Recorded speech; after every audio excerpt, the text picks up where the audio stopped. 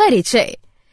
जैसा कि हम पहले भी चर्चा कर चुके हैं कि जनन जीवों की वह क्षमता है जिसके द्वारा वो अपने समान जीव संतति को जन्म देता है, जिसमें कि अधिकांश गुण उसी के समान होते हैं। हाँ माधुरी, वह प्रक्रिया जिसमें नर और मादा युग्मक के संलयन से एक नए जीव की उत्पत्ति होती है, लैंगिक जनन कहलाती है। तो आओ अब हम इसके बारे में विस्तार से चर्चा करें। उद्देश्य।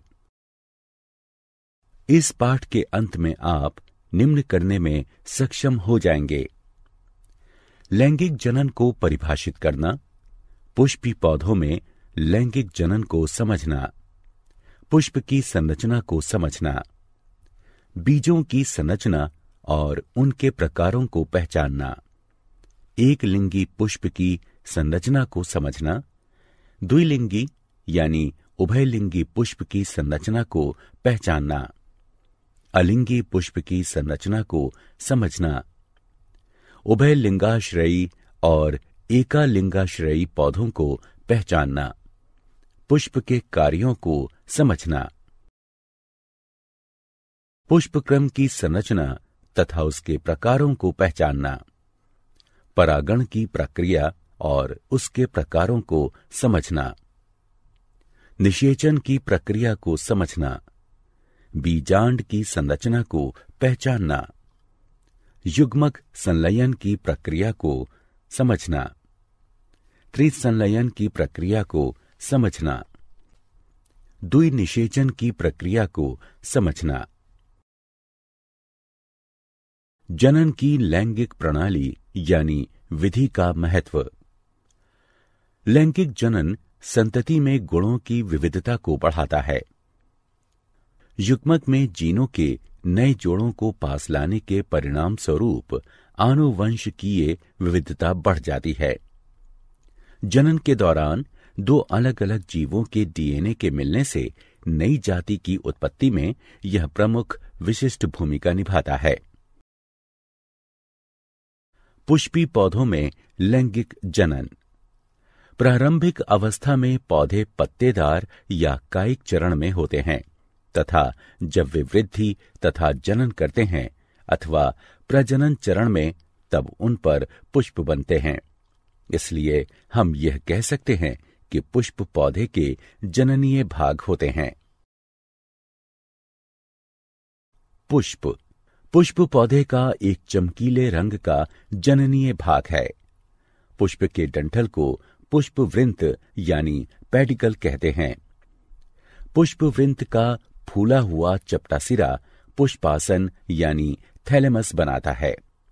पुष्पासन यानी थैलेमस से पुष्पीय यानी फ्लोरल पत्तियां निकलती हैं, जो कि 4 प्रकार की होती हैं: बाह्यदल, दल यानी पंखुड़ी, पुंकेसर और अंडप। बाह्यदल और दल यानी पंखुड़ी पुष्प के जनन के लिए अनावश्यक भाग हैं, जबकि पुंकेसर और अंडप पुष्प के आवश्यक भागों का निर्माण करते हैं तथा इनमें जनन कोशिकाएं पाई जाती हैं। बाह्यदल या कैलिक्स हरे रंग के होते हैं तथा पुष्प का बाहरी चक्र बनाते हैं। दल यानी पंखुड़ी या कोरोला बाह्य दल के बाद स्थित होते हैं। ये अधिकतर रंगीन होते हैं तथा कीटों को परागण के लिए आकर्षित करते हैं। पुंकेसर या पुमंग दल यानी पंखुड़ी के बाद स्थित होते हैं। प्रत्येक पुंकेसर वृत्त सदृश डंठल तंतु और चपटी घुंडी सदृश परागकोश से बना होता है। परागकोश में पराग पुटियां यानी पोलन सैक पाई जाती हैं, जो कि परागकण का निर्माण करती हैं। पुंकेसर पुष्प के नर भाग को प्रदर्शित करता है। अंडप या जायांग पुष्प का मादा भाग होता है और पुष्प के बीच का भाग बनाता है। अंडप फूले हुए आधारीय अंडाशय, मध्यवर्तिका और ऊपरी घुंडी सदृश भाग वर्तिकाग्र को दर्शाता है। अंडाशय बीजांड धारण करता है, जो कि बीज में बदल जाते हैं। फल बीजों को घेरते हैं तथा उनकी रक्षा करते हैं। बीज। बीज परिपक्व बीजांड होते हैं। बीज के अंदर भ्रूण तथा संचित भोजन पाया जाता है, जो कि अंकुर बनने के समय विकसित हो रहे भ्रूण के द्वारा प्रयोग में लाया जाता है। एक परिपक्व बीज दो महत्वपूर्ण भागों से मिलकर बना है, जो कि इस प्रकार है: बीजावरण और भ्रूण। बीजावरण एक सख्त परत होती है जो कि बीज के आंतरिक भागों की रक्षा करती है। भ्रूण मूलांकुर, प्रांकुर और बीज पत्रों से मिलकर बना होता है। मूलांकुर नवीन जड़ बनाता है तथा प्रांकुर नवीन तने का निर्माण करता है। बीज एक बीजपत्री तब कहलाता है जब उसमें एक बीजपत्र पाया जाता है तथा द्विबीजपत्री तब कहलाता है जब उसमें दो बीजपत्र उपस्थित होते हैं। बीज भ्रूणपोषीय तब हो सकता है जब उसमें भ्रूणपोष पाया जाता है तथा भ्रूणपोष रहित तब होता है जब उसमें भ्रूणपोष उपस्थित नहीं होता है।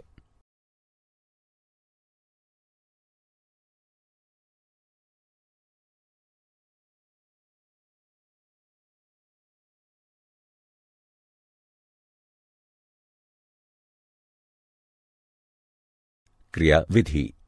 चलिए बीज की संरचना को भलीभांति समझने के लिए एक क्रिया विधि करते हैं। हमने कुछ चने के बीजों और कुछ मक्के के बीजों को रात भर जल में डुबो कर रखा। अगले दिन सुबह हमने उन बीजों का अतिरिक्त जल निकालकर उन बीजों को एक गीले कपड़े में लपेटकर एक दिन के लिए रख दिया। अगले दिन हमने दोनों तरह के बीजों को दो भागों में बांट दिया। हम देखते हैं कि चने के बीजों में बीजावरण, मूलांकुर, प्रांकुर और दो बीजपत्र उपस्थित होते हैं, जबकि मक्के के बीजों में बीजावरण, मूलांकुर, प्रांकुर और एक बीजपत्र ही उपस्थित है।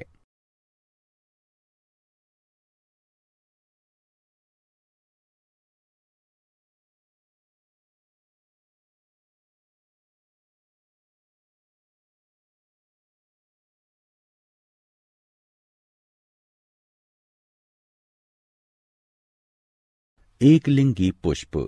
वे पुष्प जिनमें या तो पुंकेसर या स्त्री केसर पाया जाता है, उन्हें एक लिंगी पुष्प कहते हैं। उदाहरण: पपीता, तरबूज।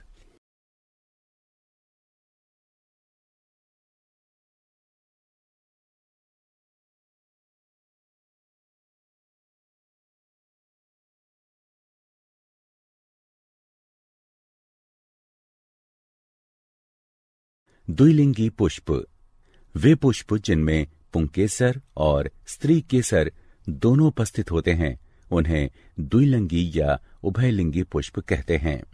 उदाहरण: मटर, हिबिस्कस और सरसों।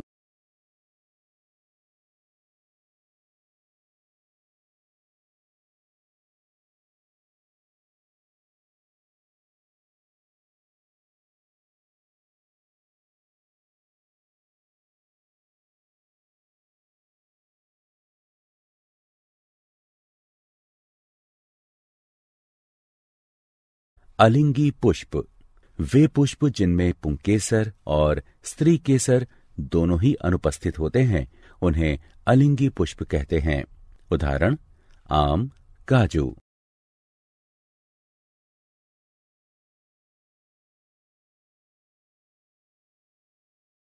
उभयलिंगाश्रयी तथा एकालिंगाश्रयी पौधे। वे पौधे जिनमें दोनों प्रकार के एक लिंगी पुष्प पाए जाते हैं, उभयलिंगाश्रयी पौधे कहलाते हैं। उदाहरण: मक्का, कद्दू और अरंडी। वे पौधे जिनमें केवल एक प्रकार के एक लिंगी पुष्प पाए जाते हैं, एकालिंगाश्रयी पौधे कहलाते हैं। उदाहरण: खजूर का पेड़ और शहतूत।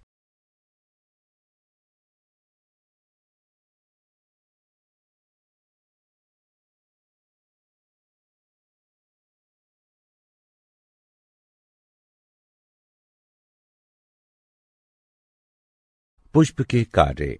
पुष्प में नर जननांग पुंकेसर तथा मादा जननांग अंडक पाए जाते हैं। पुष्प पौधे का वह भाग है जो कि लैंगिक जनन में भाग लेता है। अंडाशय परिपक्व होकर फल का निर्माण करता है जिसमें बीज उपस्थित होते हैं।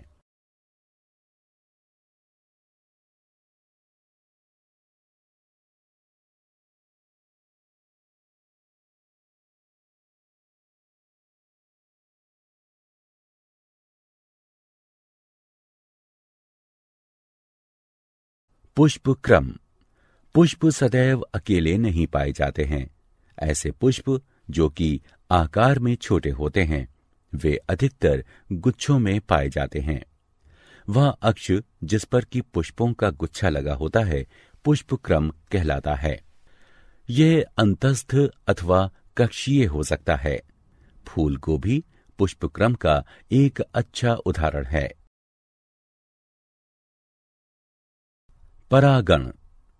पौधे का नया बीज तब बनता है जब एक नर युग्मक जो कि परागकण में उपस्थित होता है एक मादा युग्मक जो कि बीजांड में उपस्थित होता है के साथ संलयित होता है। एक पुंकेसर के परागकोश से अंडक के वर्तिकाग्र तक परागकण के स्थानांतरित होने को परागण कहते हैं। परागकण कई अभिकर्मकों यानी कारकों जैसे कीड़े, पक्षी, मनुष्य और जल के द्वारा स्थानांतरित होते हैं। परागण दो प्रकार का होता है, स्वपरागण और परपरागण।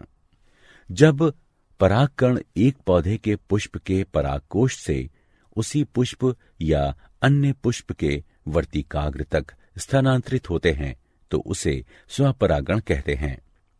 जब परागकण एक पौधे के पुष्प के परागकोश से उसी जाति के दूसरे पौधे के अन्य पुष्प के वर्तिकाग्र तक स्थानांतरित होते हैं तो उसे परपरागण कहते हैं। निषेचन।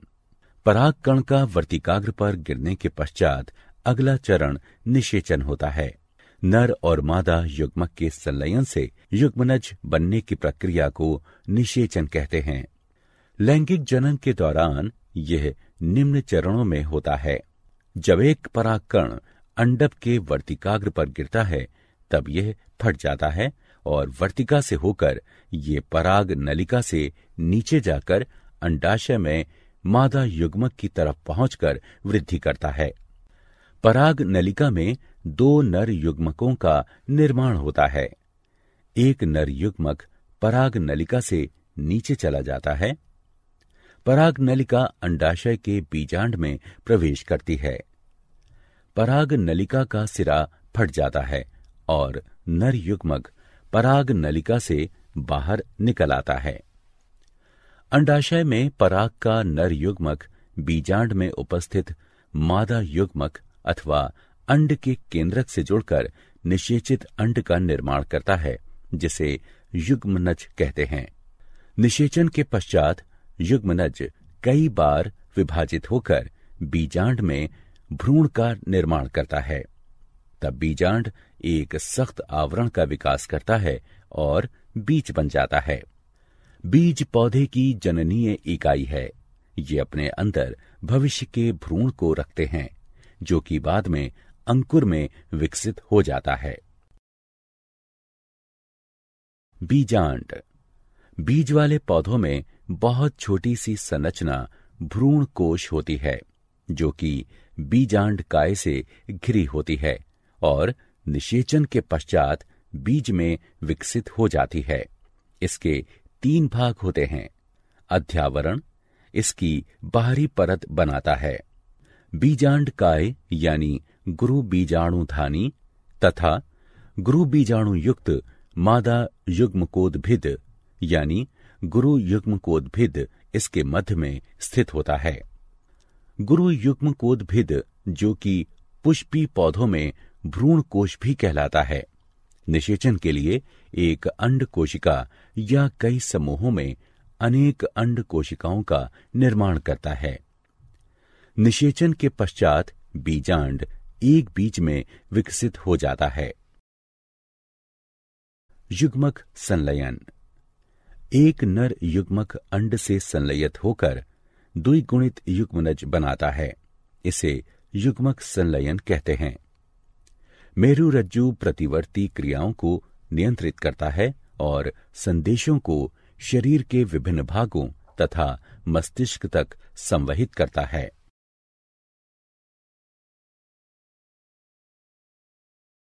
त्रिसंलयन। दूसरा नर युग्मक द्वितीयक केंद्रक के साथ संलयित होकर प्राथमिक भ्रूणपोष केंद्रक बनाता है। इसे त्रिसंलयन इसलिए कहते हैं क्योंकि संलयन प्रक्रिया में 3 केंद्रक सम्मिलित होते हैं, एक नर युग्मक और 2 ध्रुवीय कोशिकाएं। द्विनिषेचन। 2 युग्मकों के युग्मक संलयन द्वारा एक ही भ्रूणकोश यानी पुटी में 2 बार निषेचन की प्रक्रिया घटित होने और त्रिसंलयन को द्विनिषेचन कहते हैं। क्या आप जानते हैं पक्षियों के द्वारा किया गया परागण पक्षी परागण कहलाता है। जलोद्भिद पुष्पों में परागकण हल्के होते हैं किंतु मोम से ढके होते हैं। खाने योग्य पराग रोसा, मैग्नोलिया और क्लीमेंटिस के द्वारा बनाए जाते हैं। ज़ोस्टेरा में सबसे लंबा पराग लगभग 2500 माइक्रोमीटर लंबाई का पाया जाता है, जबकि मयोसोटिस में सबसे छोटा पराग लगभग 2.5 से 3.5 माइक्रोमीटर लंबाई तक का पाया जाता है। एरिथ्रीना में कौओं और गिलहरियों के द्वारा परागण होता है। वायु में पराग की उपस्थिति के कारण प्रत्यूर्जता यानी एलर्जी अभिक्रिया होती है, जिसके कारण हे बुखार हो जाता है। निषेचन के बिना अंड के विकास को अनिषेक जनन कहते हैं। निषेचन के बिना फल बनने की प्रक्रिया को अनिषेक फलन कहते हैं।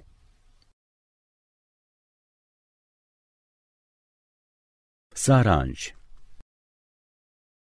आइए हमने जो कुछ सीखा है उसे संक्षेप में दोहराएं। उच्च पादपों के जनन भाग पुष्प में स्थित होते हैं। पुंकेसर पौधे का नर जनन भाग होता है। अंडक पुष्प के केंद्र में स्थित होता है तथा मादा जनन भाग होता है। परागकोश से वर्तिकाग्र तक परागकण का स्थानांतरण परागण कहलाता है। परागण 2 प्रकार का होता है, स्वपरागण और परापरागण। अंडाशय पककर फल बन जाती है। फल बीजों को मुक्त यानी छोड़ने में सक्षम होते हैं। प्रत्येक बीज में एक भावी पौधा होता है जो कि अंकुरित होकर एक नया पौधा उत्पन्न करता है।